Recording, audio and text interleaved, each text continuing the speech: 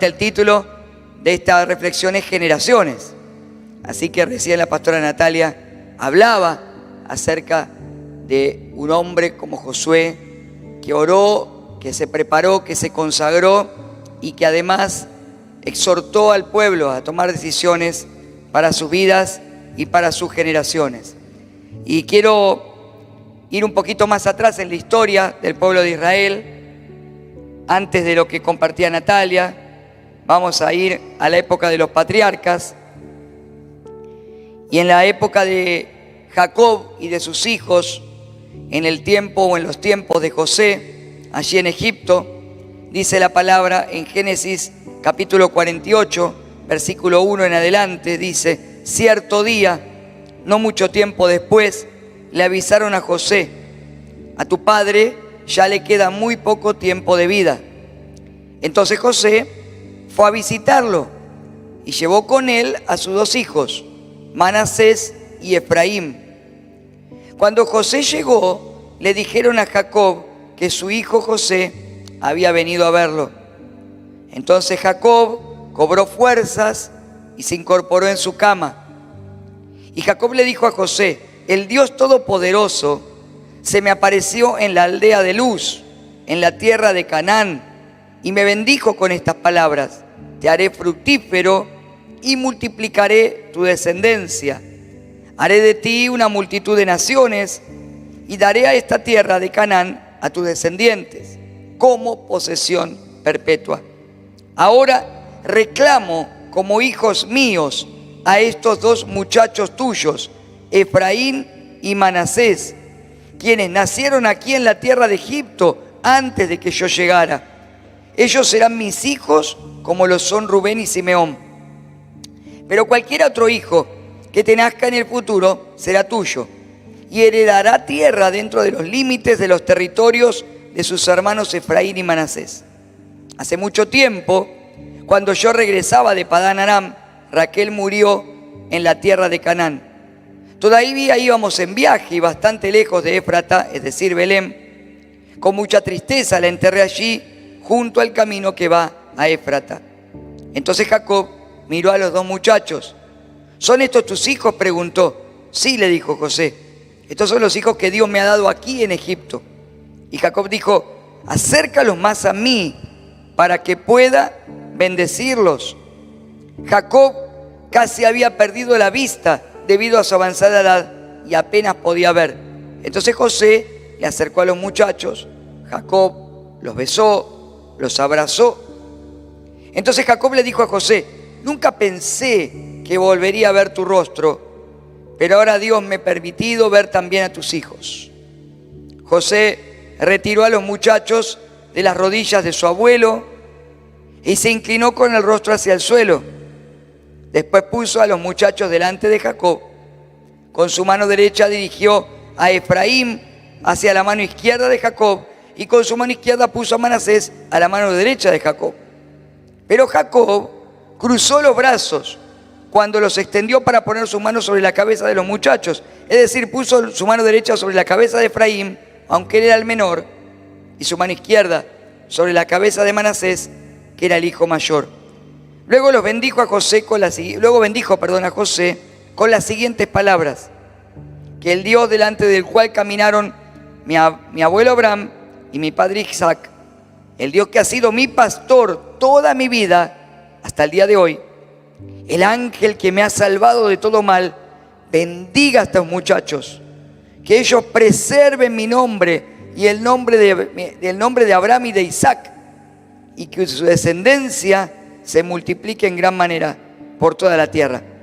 Pero José se molestó, se enojó, cuando vio que su padre puso la mano derecha sobre la cabeza de Efraín, que era el menor. Entonces José se la levantó para pasarla a la cabeza de Efraín, a la de Manasés. No, padre mío, le dijo, este es el hijo mayor, pon tu mano derecha sobre su cabeza. Pero su padre se negó a hacerla. Ya lo sé, hijo mío, lo sé, respondió él. Manasés también llegará a ser un gran pueblo, pero su hermano menor será aún más grande, y de su descendencia se formarán una multitud de naciones.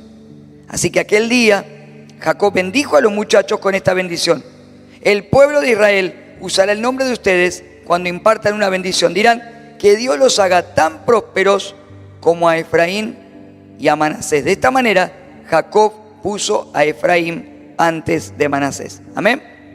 Bueno, qué tremenda es esta historia. Para los que conocen la palabra, tal vez la pueden contextualizar y ubicarse en tiempo, en espacio. Para los que no, de todas maneras voy a hacer un pequeño resumen para entender lo que está pasando. Ustedes se acuerdan que Abraham fue el hombre que Dios llamó, ¿no? Y lo hizo apartar de su familia, de su tierra, y lo hizo ir a recorrer una tierra que tenía que creer que Dios se le iba a dar a sus descendientes por fe. Abraham no podía tener hijos con Sarai, su esposa, pero Dios en avanzada edad, allí cerca de los 100 años, le dio un hijo, Isaac, el hijo de la promesa, y de Isaac luego nació Jacob, ¿no? Que es el hombre anciano de esta historia. Dios está hablando, o está mostrando, perdón, en su palabra, y hoy estamos hablando de generaciones de personas que le creyeron a Dios. No personas perfectas, gente imperfecta. ¿Cuánta gente imperfecta hay aquí hoy? Todos, ¿no? Tenemos dificultades, tenemos errores, tenemos debilidades, pero hay una cosa que nos pone en común, y es que todos amamos a Dios, ¿no? Es que todos lo amamos, y es que todos queremos seguir sus caminos, aunque sus caminos no son fáciles de seguir, ¿no es cierto? No es fácil seguir el camino de Dios. Es el camino angosto, es la puerta estrecha, y por eso nos cuesta. Si no, sería igual para todo el mundo. El camino de Dios es un camino de renuncias, es un camino de aprender a consagrarnos, a apartarnos de cosas que sabemos que no le agradan a Dios porque no nos hacen bien a nosotros. Y que debemos aprender a aceptar las cosas de Dios a la manera de Dios. Es un camino que nos plantea vivir por fe y no por vista. Entonces muchas veces tenemos que confiar y creer, como decía la palabra que compartí hace unos días atrás, creer y estar convencidos de algo que no vemos y esperarlo como si ya fuera, aunque no lo podemos tocar, ni ver, ni palpar. Y tanto a Abraham como a Isaac como a Jacob no les fueron fáciles las historias de su vida, como no les es fácil las historias de vida nuestras. Pero tuvieron hijos, tuvieron nietos, fueron caminando por esa tierra, fueron recorriendo esa tierra. Y ustedes saben que a Jacob, con sus hijos, tampoco le fue tan bien como tal vez él esperaba. Y ustedes conocen la historia de José, este joven hijo de Jacob, pero que tuvo situaciones con sus hermanos. Era una familia en la cual también Jacob, al igual que habían hecho con él, también hacía diferencia entre los hijos. Es que Jacob venía de una familia donde su mamá había hecho diferencias entre él y Esaú, y él también después hacía diferencias con los hijos. ¿Cuántos tenemos patrones de conducta que a veces repetimos de nuestras familias? Y algunos son muy buenos y los tenemos que conservar, y otros nos cuesta cambiarlos. Y esas diferencias entre los hijos y entre los hermanos nunca terminan bien. Y no terminaron bien porque los hermanos más grandes le tenían envidia a José, y ustedes conocen que José también era el favorito y de alguna forma se le hacía notar a sus hermanos. A tal punto que lo terminaron vendiendo como esclavo a Egipto, haciéndole creer a su papá que estaba muerto. Y José, ustedes saben que permaneció fiel a Dios a pesar de muchas pruebas y dificultades, y un día, pasados muchos años, terminó siendo el segundo después del faraón. Y José se volvió un hombre tan poderoso que cuando hubo dificultades y hambre en la tierra, y afectó a todos, su propia familia, sus padres y sus hermanos, terminaron viniéndole a pedir ayuda a él. Y él termina perdonando a sus hermanos y volviendo a recoger a su familia, y terminan en Egipto con José. Y esta parte de la historia que acabamos de ver es un José, ya no ese jovencito, ese adolescente, ya es un hombre que ha formado familia en Egipto, que tiene 2 hijos, Efraín y Manasés, y que pudo volver a ver a su padre después de tantos años, un hombre muy anciano, lo tiene con él, y Jacob está pronto a partir. Jacob peina canas, ostenta arrugas, producto de una vida vivida en el desierto. Jacob no oculta en ningún momento, ni aun cuando vemos cómo Él habla, no oculta las cicatrices de su corazón, de haber transitado el desierto y allí haber enterrado a su esposa, de haber pasado por pruebas, por dificultades, pero hoy ve hacia atrás y dice: Dios ha sido fiel, porque cumplió la promesa que me dio. Y entonces allí a José le avisa, le dice: mirá que tu papá está viejito, está muy avanzado en edad. Y José hace algo que es maravilloso, y es de lo que quiero que reflexionemos juntos en esta tarde, en este comienzo del mes de los jóvenes, aquí en Acercate a Jesús. José une generaciones. José enmienda lo que la historia de su vida y lo que él mismo y sus hermanos y aún su papá habían provocado: el distanciamiento, la ruptura, la grieta de la familia. José une al abuelo con el padre y con los nietos. Llama a sus hijos, jovencitos, muchachitos, y los lleva a que conozcan al abuelo. Y el abuelo apenas puede ver ni distinguir bien, con sus ojos nublados, quién es quién, y se los presentan y dice: acércalos. Y Jacob también discierne lo que José estaba discerniendo. Había una promesa de Dios sobre su familia, había una promesa de Dios sobre sus generaciones, y el enemigo había querido quebrarla. Pero ahora estaban aquellas personas que son capaces de decirle a Dios: Señor, yo creo en tus promesas, y yo quiero que la bendición de Dios no se corte en mi vida, en mi generación, sino que se traspase a las generaciones que vienen, porque ese es el propósito de Dios. Y entonces, cuando José le trae a sus nietos, Jacob, el abuelo, el patriarca, dice: yo reclamo a estos nietos como si fueran hijos míos. Amén. Ahora reclamo como hijos míos a estos dos muchachos tuyos, quienes nacieron aquí en la tierra de Egipto antes que yo llegara. Pero ellos serán mis hijos, como lo son Rubén y Simeón, como tus hermanos. Lo que está haciendo Jacob es redimiendo. Lo que está haciendo Jacob es desatando bendición para que los hijos de José puedan entrar en los propósitos de Dios, para que la línea de bendición y la línea generacional no se corte. Y lo que está haciendo José es lo mismo, está trayendo sus nietos al abuelo. Y José le dice: estos son los hijos que Dios me ha dado aquí en Egipto.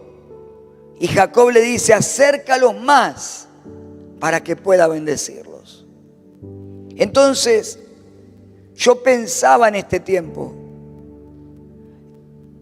El fin de semana también compartíamos algo con los líderes en el retiro que tuvimos de pastores y líderes. En medio de esta sociedad y de esta generación que cada vez provoca más grietas y distanciamientos en las familias, entre las generaciones, ¿qué estamos nosotros llamados a hacer como hijos de Dios? Una sociedad que promueve la desconstrucción de la familia, y que lo que está haciendo es quedando cada vez más con huecos y vacíos que nadie puede ni quiere llenar. Y entonces hoy vemos niños que no tienen papás, aunque viven con los papás, ¿a quién recurrir cuando tienen un problema?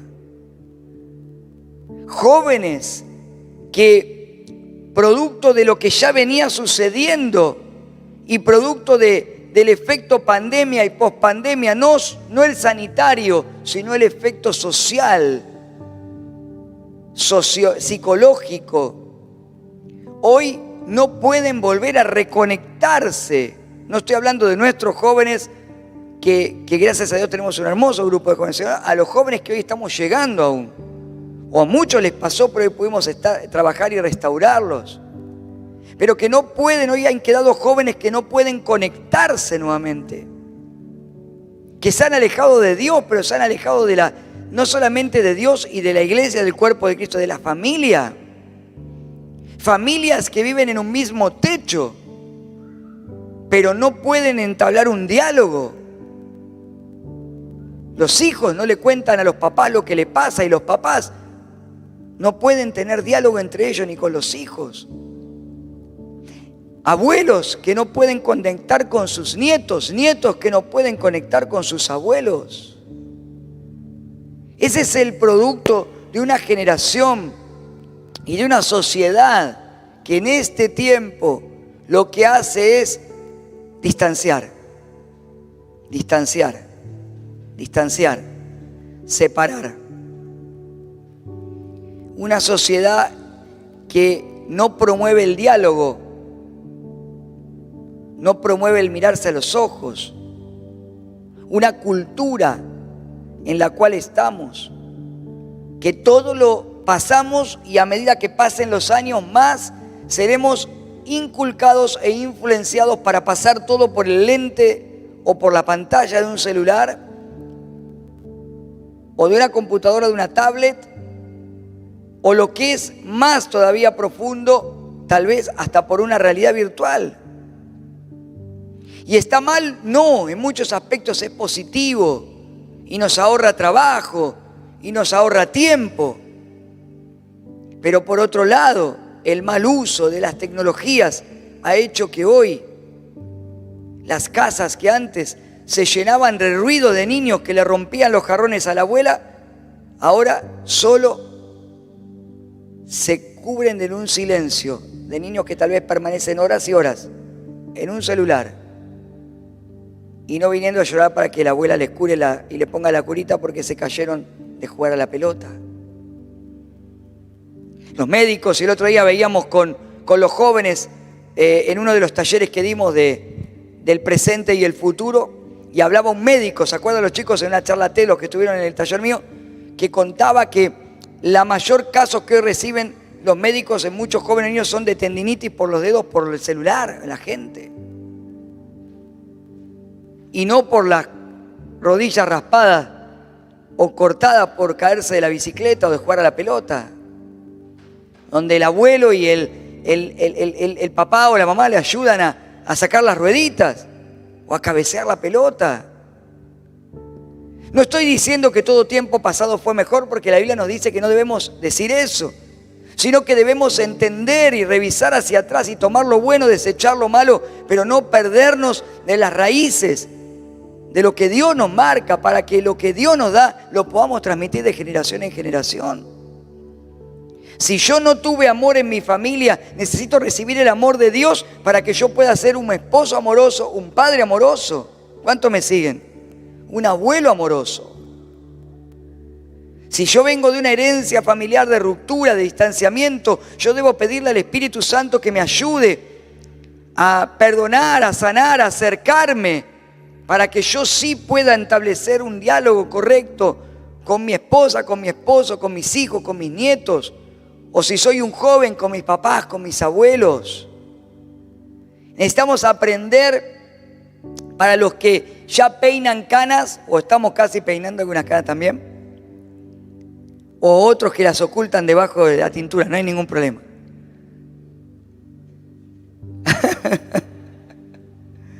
No hay problema, pero para los que ya peinen canas, que necesitamos escuchar a nuestros niños y escuchar a nuestros jóvenes. ¿Cuántos dicen amén? Los niños y los jóvenes son presente, no futuro. Amén. Todos nosotros somos futuro. Hasta el día que el Señor nos lleve, seremos futuro en esta tierra y después el futuro en la eternidad junto a Él. Todos somos futuro. Cuando vos y yo decimos los niños son el futuro, los jóvenes son el futuro, nosotros les estamos financiando el presente e impidiendo que hoy sean la voz que esta sociedad necesita. Una sociedad que quiere acallar la voz de los niños y acallar la voz de los jóvenes. Que quiere cauterizar la posibilidad de que los jóvenes se expresen, piensen, actúen, se rebelen en el buen sentido de la palabra, con la rebeldía de la juventud sana, que trae ideas nuevas, que trae propuestas nuevas, que trae propuestas creativas. Amén. La rebeldía y la rebelión no es lo que lamentablemente en estos días vimos, que jóvenes tomen un colegio, lo cierren y dejen a los docentes afuera. Eso es estupidez. Lo que necesitamos son jóvenes que tengan ideas para cambiar la ciencia, para cambiar la política, para cambiar la economía, para cambiar la educación. Necesitamos jóvenes que puedan expresar y traer el mensaje, en el caso nuestro, de Cristo a las naciones, con el lenguaje que hoy se usa y el lenguaje que vendrá. ¿Cuántos dicen amén? Niños creativos como los que tenemos en nuestras congregaciones o en esta congregación. Niños que hoy tienen la posibilidad de hacer cosas, no mañana, hoy. Por eso, no es que nosotros decidimos ya desde este año que no es que sea el mes de los jóvenes o el mes de los niños en el que los niños o los jóvenes hagan algo. Desde principio de año, que hay niños en los sugieres, que hay niños en la intercesión, que hay jóvenes sirviendo en la casa, en la ciudad. No están jugando, están sirviendo. ¿Cuántos dicen amén? Están dando. Y vos y yo tenemos algo que recibir de ellos. Amén.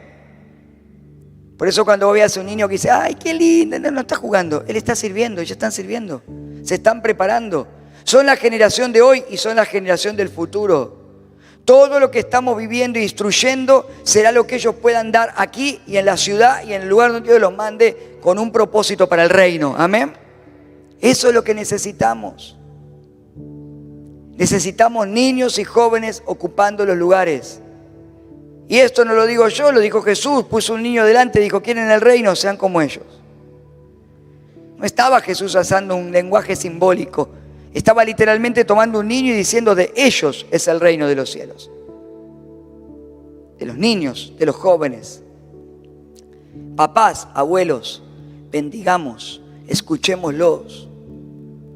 ¿Cuánto hace que no apartás un rato los que son papás o los que son papás para estar con tu hija, con tu hijo? Hacelo. Los que son abuelos, con sus nietos, con sus nietas. Háganlo. Háganlo. Pero no le mandes un mensajito de WhatsApp. Llévalo a la plaza, a tomar un helado, a contarle un cuento, una historia.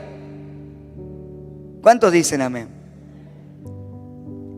Miren, el otro día hablábamos con la pastora Elisa de Procochuc, yo lo contaba, que vino hace poquito, cuando hicimos el mes de los niños y tuvimos 3 generaciones de pastores ministrando en los cultos de avivamiento, amén.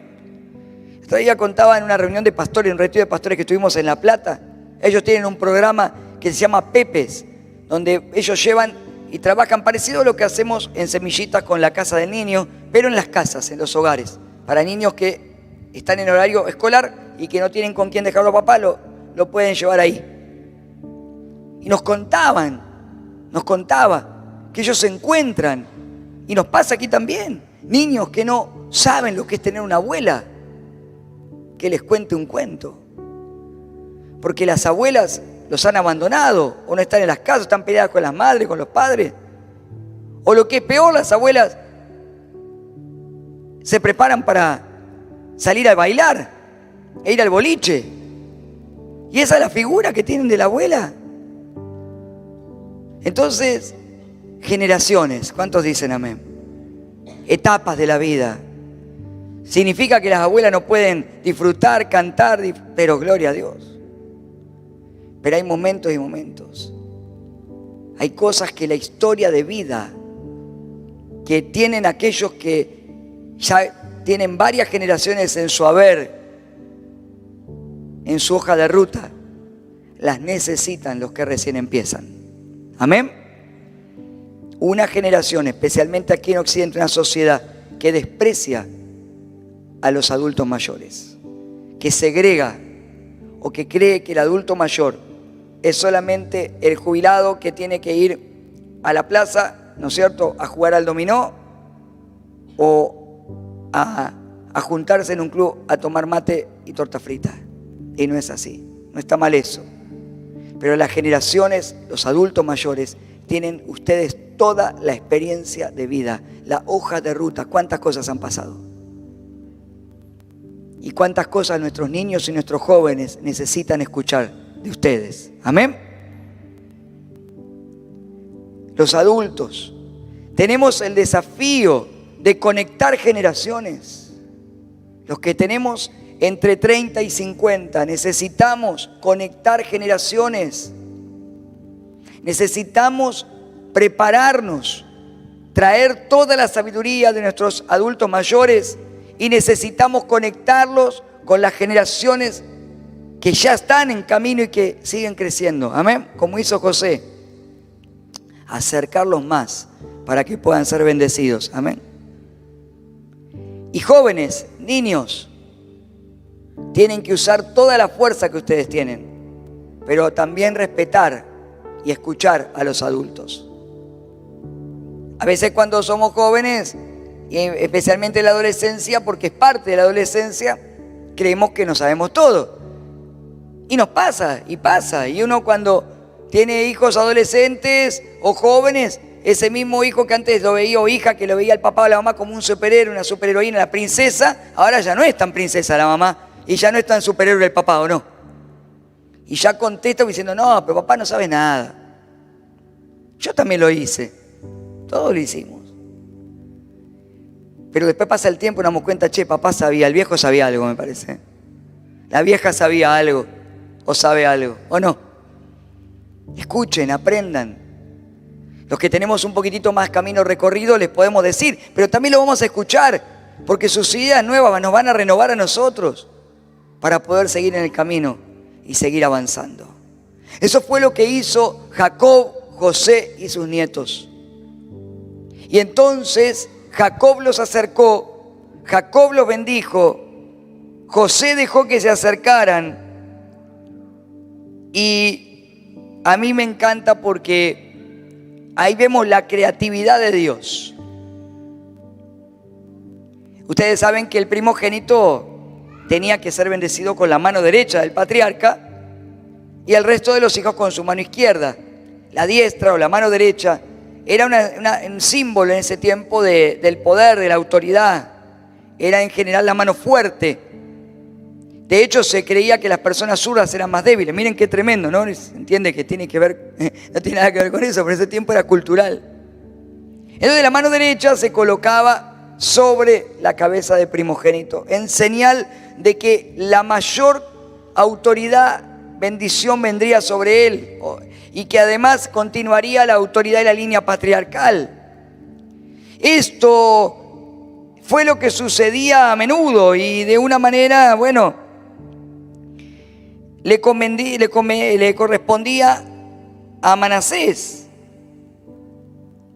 ¿Y qué pasó? Cuando Jacob fue a bendecir, cruzó los brazos y puso su mano derecha sobre Efraín, que era el menor, y no sobre Manasés. Y José se molesta, le dice, papá, ¿qué estás haciendo? Le agarra la mano al abuelo y se la quiere correr. Dice, no, así lo ha determinado Dios. Y ahí vemos la intervención de Dios en nuestras vidas. Hay cosas que nos corresponden a nosotros y hay cosas que Dios va a hacer como Él quiere, sobrenaturalmente, creativamente. ¿Cuántos dicen amén? Y nosotros tenemos que estar preparados en este tiempo para que Dios nos sorprenda con las cosas nuevas que Él hará. Tal vez no a la manera nuestra, pero sí a la manera de Él. Tal vez no con los moldes o las tradiciones que venimos acumulando a lo largo de los años. Es que eso es lo que trae un renuevo generacional. Este es un tiempo importante, es un tiempo bisagra que estamos viviendo a nivel mundial. Por eso hay tanta revolución de un montón de cosas, hay cosas que están cambiando en el mundo. Los tiempos que vienen no serán fáciles. El mundo se ha complejizado. El mundo se ha complicado y se complicará cada vez más, está escrito en la palabra, ¿o no? Pero la Biblia dice que tinieblas cubrirán la tierra, pero sobre vos y sobre mí amanecerá Jehová, y sobre nosotros será vista su gloria. La iglesia debe prepararse no para tiempos más fáciles, la iglesia debe prepararse para atravesar los tiempos difíciles, sabiendo que sobre nosotros estará siempre la bendición de Dios. Y nosotros tenemos que preparar a nuestros hijos y nuestros nietos, a los jóvenes que hoy se levantan, no para tiempos fáciles, para tiempos difíciles, pero con el gozo y la fe y la fortaleza de saber que si tienen a Cristo, cielo y tierra pasarán, pero las palabras del Rey no pasarán. Que vendrán situaciones y tribulaciones, problemas y luchas, pero que siempre, si permanecemos en el Señor, saldremos a flote y la bendición del Señor llegará sobre nosotros generación tras generación hasta que Cristo vuelva. Amén. Ese es nuestro desafío. Por eso este tiempo no es un tiempo para débiles, es un tiempo para gente fuerte en la fe. No es un tiempo para gente tibia, es un tiempo para gente con corazones encendidos. Porque el tibio queda ahí en el medio, entre que creo o no creo, me comprometo o no me comprometo por el Señor, recibo todo lo que Dios tiene o no lo recibo, me voy realmente a dejar usar por Dios en todo lo que Dios me va a usar o me quedo en la mitad. Y esa persona no puede soltar bendición generacional. El que suelta y el que desata bendición sobre su casa y su familia es aquel que se para firme en la roca que es Cristo Jesús. Y no que sea perfecto, sino que ha permanecido. Cuando José vio a Jacob, no vio un hombre perfecto, no vio un papá perfecto, vio un papá que en sus últimos días, aún desincorporándose despacito de la cama, pudo mirar hacia atrás y decir, cómo Dios cumplió la promesa. Me trajo hasta acá. Creí que no iba a verte a vos con vida y puedo ver a mis nietos. Es bueno Dios, ¿no? ¿Cuántos han visto sus nietos? A ver, levanten su mano. ¿Han visto? Tienen nietos. Son doblemente bendecidos. Amén. Denle gracias a Dios por eso. Ahora recuerdo a mi abuelo que no tenía a Cristo. Después se entregó a Cristo antes de partir. Él siempre me decía a mí, Nestítor, yo una cosa le pedí a Dios nada más: poder ver a mi nieto entrar al jardín de infantes. Y mirá, te vi hasta recibirte de la facultad. Qué bárbaro. Dios es bueno. Y cuando hay alguien que pide por las generaciones, Dios lo escucha. Entonces, hermanos, valoremos el tesoro de la familia. Valoremos el tesoro de las generaciones. No nos dejemos llevar por la corriente y la mentira de este mundo engañoso que nos hace creer que eso no importa, que ya está, y bueno, yo hice lo que pude, mis hijos, el otro, mi nieto, no sé, están en su camino. No, tu camino es su camino.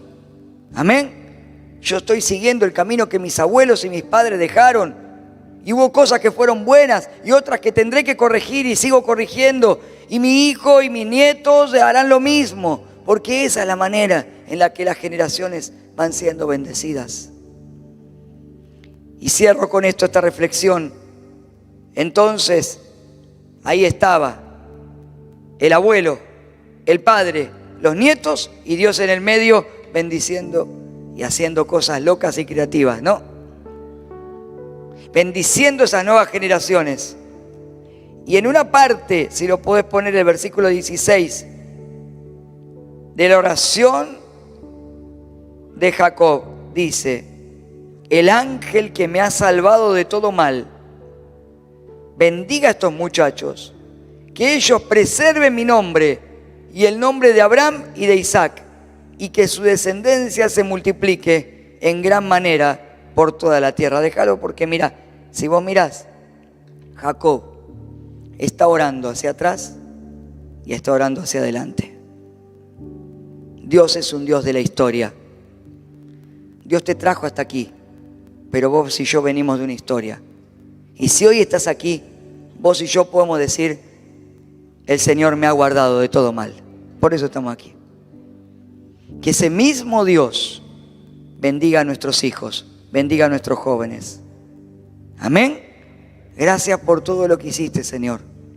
Que eso mismo yo lo pueda soltar sobre los que me siguen y que ellos, su descendencia, se multipliquen en gran manera sobre toda la tierra. Generaciones Y lo tenemos que hacer en nuestra familia.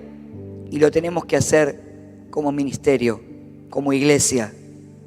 Una de las cosas que nos pusimos de acuerdo con los líderes y los pastores, porque el Espíritu Santo así nos lo reveló en el retiro, es que somos, pero seremos aún muchísimo más en los próximos años, una iglesia intergeneracional.